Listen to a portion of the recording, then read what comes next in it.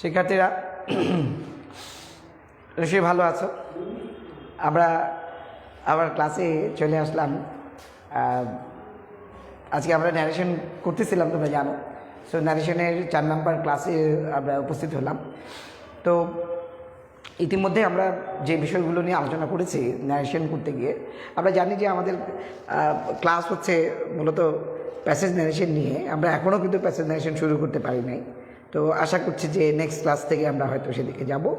তো আজকে গত 3টা ক্লাসে আমরা ডাইরেক্ট স্পিচের সাইফুল দেখো, আমরা ডাইরেক্ট স্পিচের যে বিষয়গুলো দেখিয়েছিলাম প্রথম ক্লাসে, দ্বিতীয় ক্লাসে নিশ্চয়ই মনে আছে। পরবর্তীতে আমরা কনজাংশন এর ব্যবহারটা কিভাবে হবে সেটা দেখাচ্ছিলাম। এবং তৃতীয় ক্লাসে সেখানে এসে আমরা রিপোর্টিং ভার্ব নিয়ে একটা ডিটেলস আলোচনা কিন্তু আমাদের হয়েছিল। তো সেই জায়গা থেকে এখন যেটা আমরা আলোচনা করব সেটা হচ্ছে একটা গুরুত্বপূর্ণ জায়গা। এবং আমার যতটুকু মনে পড়ে যে আমরা শুধুমাত্র যে কী বলে ডাইরেক্ট স্পিচের সাথে পরিচিতি, একই সাথে কনজাংশনের ব্যবহার, তারপর রিপোর্টিং ভার্বের ব্যবহার, কী বলে যে পার্সন, এটাও কিন্তু দেখিয়েছিলাম। তো আজকে যে জায়গাটা দেখাবো এটা গুরুত্বপূর্ণ। এটা হচ্ছে যে ধরো আমরা যদি সেন্টেন্স লিখি এরকম, হি সেই টু মি, আমাদের কি রিটার্স ন্যারেশনে আসলে এক্সপার্ট না হলে এই প্যাসেজ ন্যারেশনে কিন্তু খুব দক্ষতা অর্জন করা যায় না। সেই জন্য কিন্তু এটা করা। এখন তোমার মাথা থেকে হয়তো চিন্তাটা এরকম হতে পারে যে স্যার এই রিটার্স ন্যারেশন আমরা করছি, কি দরকারটা না, এইটা দরকার। বিকজ এইটা হচ্ছে তোমার বেসমেন্ট, ঠিক আছে? এখন তোমার বেসমেন্ট যদি ঠিক না হয়, তুমি উপরে কি বিল্ডিং উঠাবা, তাই না? অর্থাৎ বিল্ডিং উঠাতে গেলে বেসমেন্টকে কারেক্ট করা যায়। তো সেই জিনিসটাই কিন্তু আমরা এখানে করতে চাচ্ছি। তো তোমরা একটু ধৈর্য সহকারে এগুলো করতে হবে। যদিও তোমরা বেশ বড় ক্লাসে পড়তেছো, 9, 10 হয়ে গেছে। হি সেইড টু মি, আমরা যদি বলি হি সেইড টু মি, ধরো আমরা বললাম sir can you help me. এই জায়গাটা আজকের আলোচনার বিষয় হচ্ছে এই জায়গাগুলো নিয়ে।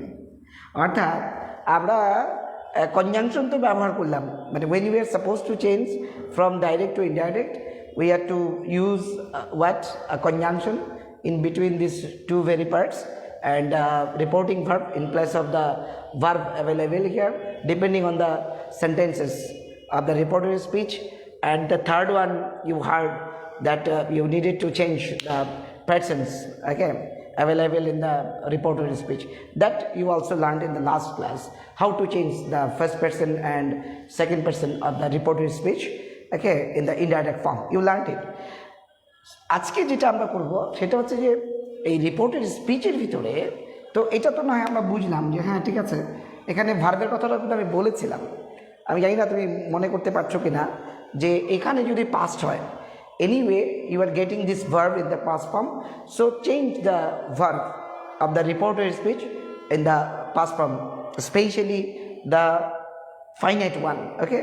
As you know, finite one, the finite verb is what, which just gives information about the subject, okay, which is used to give any information about the subject.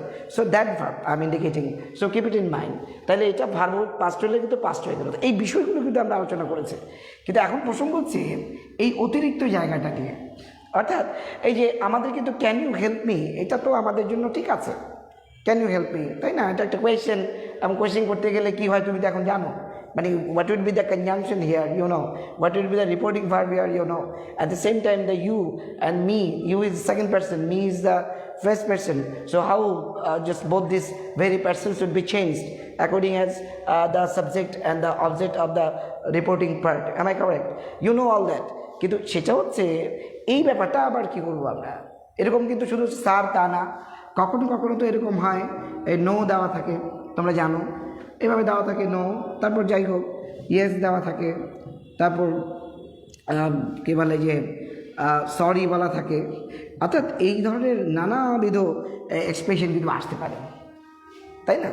এখন এগুলো তোমাকে মাথায় রাখতে হবে যে এগুলো করতে গিয়ে তুমি এটাকে রাখবা কি রাখবা না, এটা কিন্তু একটা প্রশ্ন।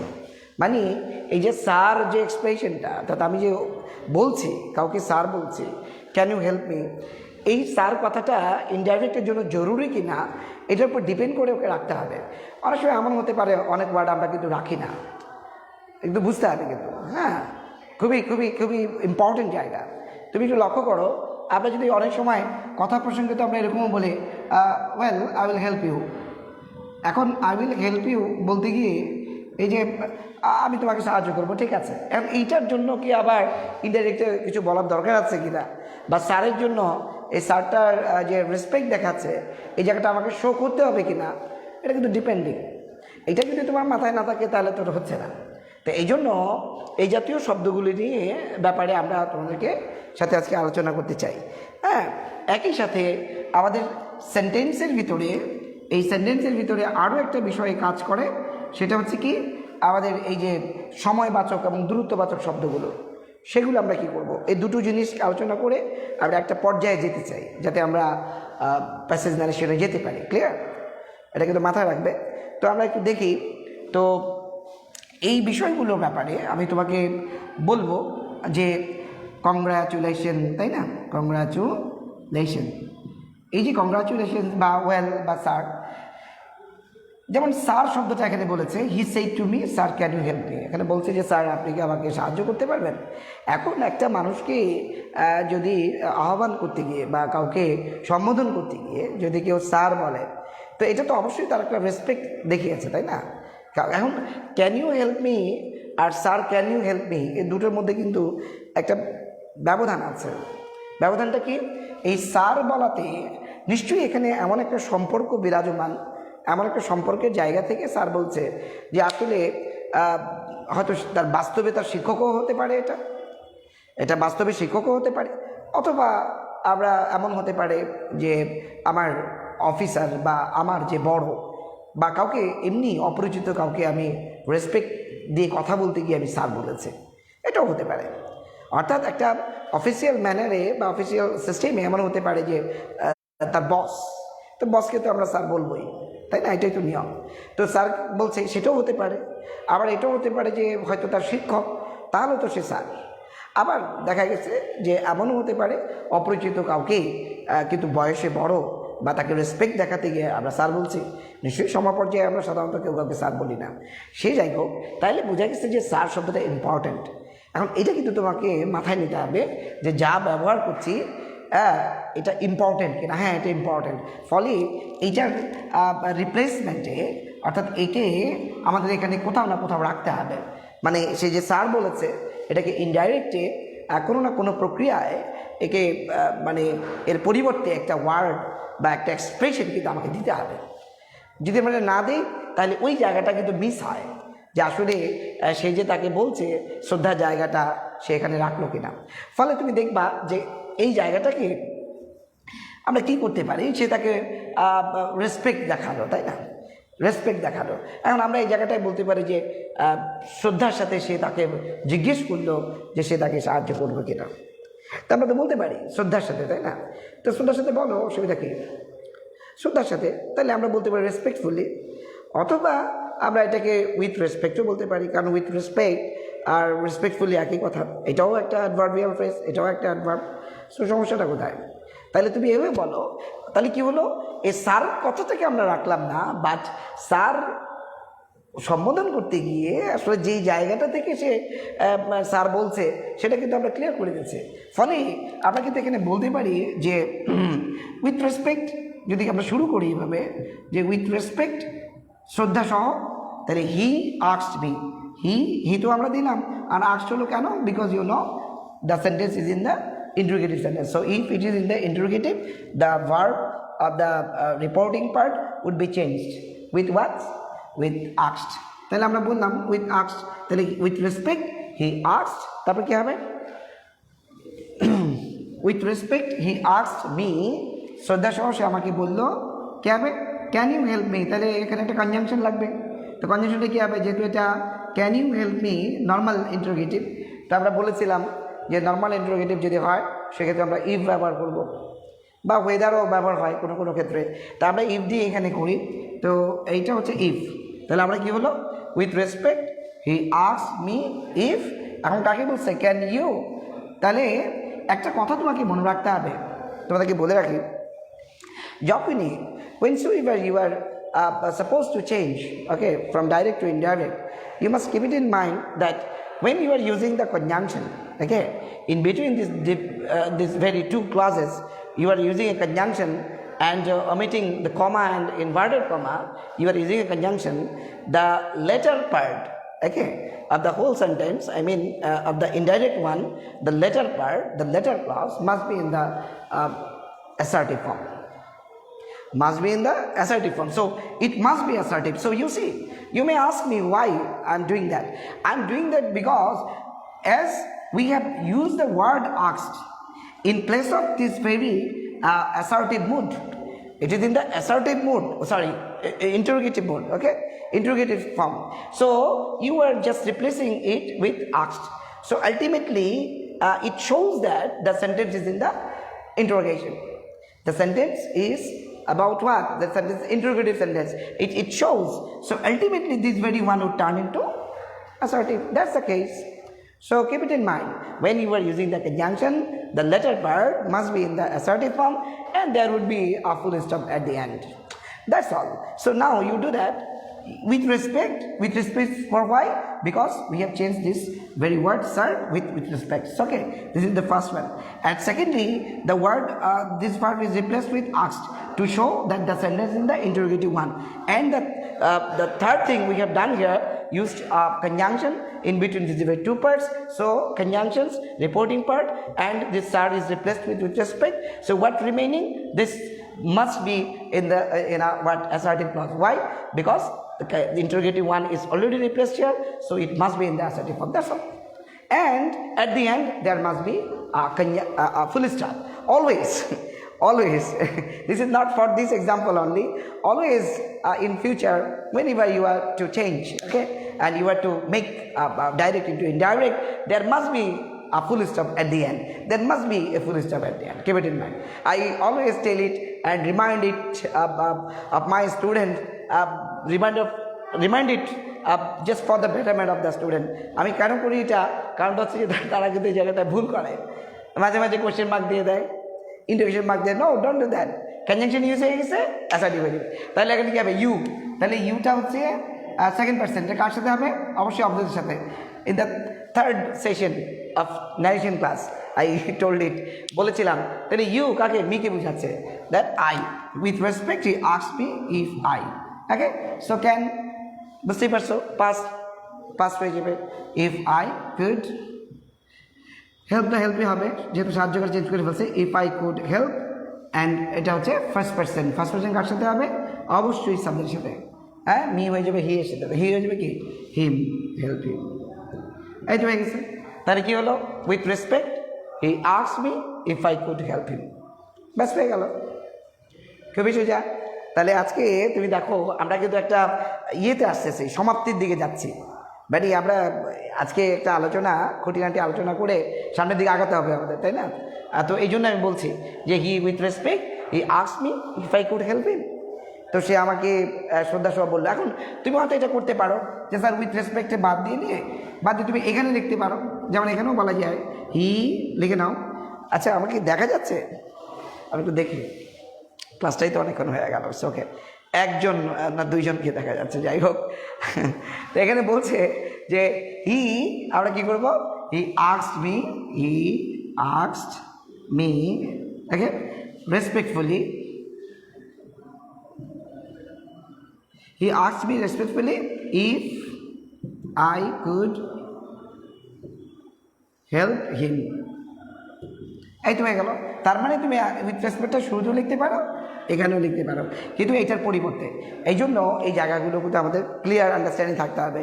এবং নিশ্চয়ই তোমরা এগুলো by this time you have learned about all this very notions or some words or phrases, okay, that are used with the direct form. তোমরা এটা জানেছো। তো সার্চ দিয়ে আমরা এইভাবে করবো, এই তো। তো এখন তুমি নো থাকলে কি হবে, ইয়েস থাকলে কি হবে, এই বিষয়গুলো নিশ্চয়ই তোমার জানা আছে। এখন দেখো, আমরা যদি একটু দেখি, যারা বললাম যে হি সেড টু মি,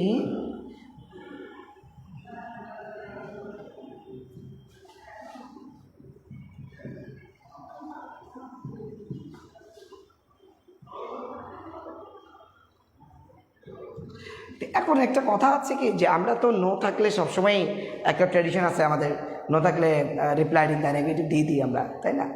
আসলে রিপ্লাইড ইন দ্য নেগেটিভ হবে কি না এটা একটা প্রশ্নবিদ্ধ। এর কারণটা হচ্ছে যেহেতু এখানে বলা হচ্ছে হি said to me no I can't help you, তো এখানে তো পরবর্তীতে একটা নেগেটিভ এক্সপ্রেশন আছে, মানে নো সমান সমানই কিন্তু তোমার I can't help you, no সমান সমানই এখানে আই কান্ট হেল্প ইউ। তো আসলে এটা একটা জোর দেওয়া। এখন এক্ষেত্রে আমরা যে লিখছি যে নো, যে না সে এটা নেতিবাচক একটা রিপ্লাইগুলো, তো এটা বললেই তো হয়ে যায় যে আমরা এই যে রিপ্লাইড ইন দ্য নেগেটিভ বললে আমরা কি বলি, যেটা asserting that he couldn't help me, আমরা তো এটাই লিখবো, তাই তো? কিন্তু এইটার ব্যাপারটা হচ্ছে কি ভালো হয়, যেমন দেখো আমরা বললাম যে হি রিপ্লাইড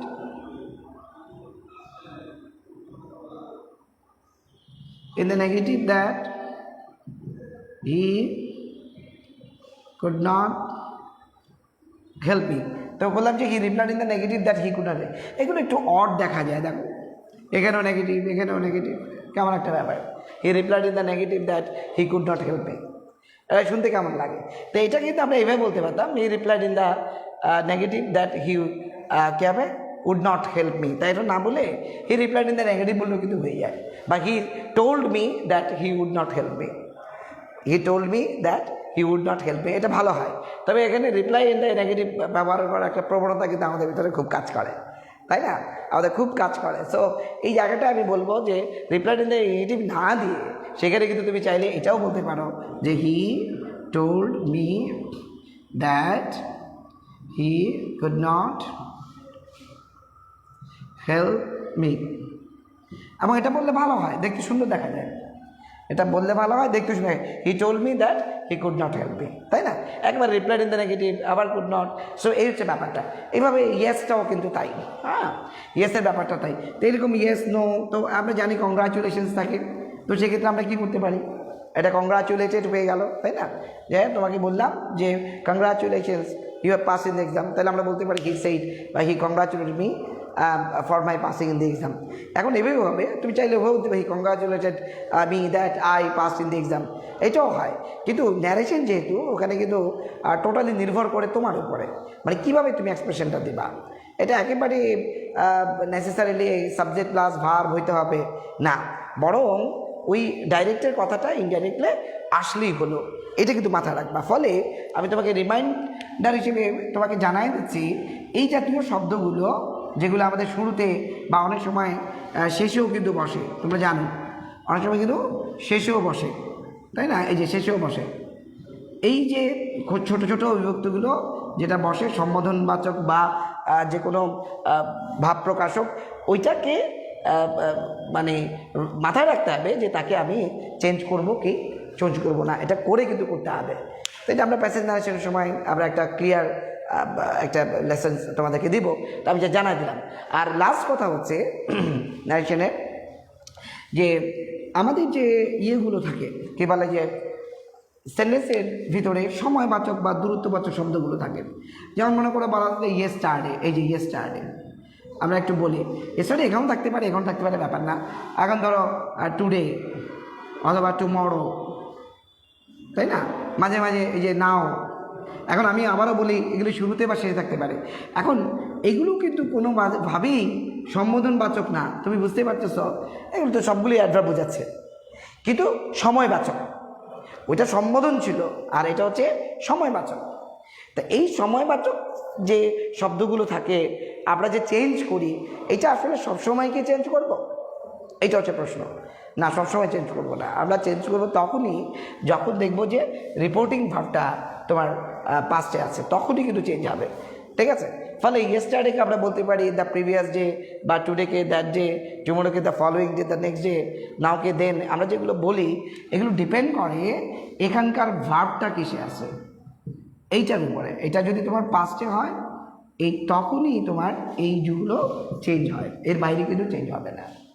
যদি এটা পাস্টে হয় তাইলেই এগুলো চেঞ্জ হবে, এটা যদি পাস্টে না হয়ে প্রেজেন্ট বা ফিউচার হয় এগুলো কখনোই চেঞ্জ হবে না। কেমন? আমরা একটা উদাহরণ দেখি। আমরা যদি বলি হি সেইজ টু মি, এটা আমি প্রথম দিনের বোধহয় লিখেছিলাম যে কি হাউ আর ইউ টুডে। ধরো আমরা বললাম হাউ আর ইউ টুডে। এখন আমরা যদি বলি যে সে আমাকে বলে তুমি আজ কেমন আছো, এখন দেখো তুমি কিন্তু পেয়ে গেছো একটা প্রেজেন্টে, তাই না? তো প্রেজেন্টে হওয়াতে এই টুডেটা কিন্তু চেঞ্জ হবে না, যদিও এটা আমাদের একটা প্র্যাকটিসের মধ্যে আছে যে পড়া, যে আমরা জানি টুডে থাকলে দ্যাট ডে হয়, এবং অনেক সময় আমরা কিন্তু টুডে জায়গায় দ্যাট ডে দিয়ে দিই, কিন্তু টুডে জায়গায় যে দ্যাট ডে দিব এটা কি সবসময় দিব? না, সবসময় দেবো না। এখন তুমি দেখো, তুমি যদি এখন সেন্টেন্সের দিকে তাকাও তাহলে কিন্তু ইজিলি বুঝতে পারবা যে এখানে আমাদের দ্যাট ডে বিষয়টা হবে কি না। তুমি একটু লক্ষ্য করো, he says to me how are you today, then আমরা তো টুডে থাকলে দ্যাট ডে দিয়ে দিই, অ্যান্ড তুমি বললে যে স্যার দ্যাট ডে দিয়ে দিই না, এই যেটা দিতে হবে। You have to look at this word. So what are you getting the verb? The verb is in the present indefinite, I mean present form, that's all. Present or past or future, you think that. So it is in the present form. So as in the present, this will not be changed. That means you cannot turn it into that day. Why? Because it is the present form. So that's why এখানে অ্যান্সারটা তাহলে কি হবে? অ্যান্সারটা এটাই হবে, he says to me, দেখা যাচ্ছে? হ্যাঁ, হি আস্কস মি, যেহেতু এটা কোয়েশ্চেন, যেহেতু কোয়েশ্চেন তাহলে কি হবে? হি আস্কস মি, কী হবে এখানে? যেহেতু এটা ডাব্লিউএস ওয়ার্ড দিয়ে শুরু হয়েছে, এটাই হবে।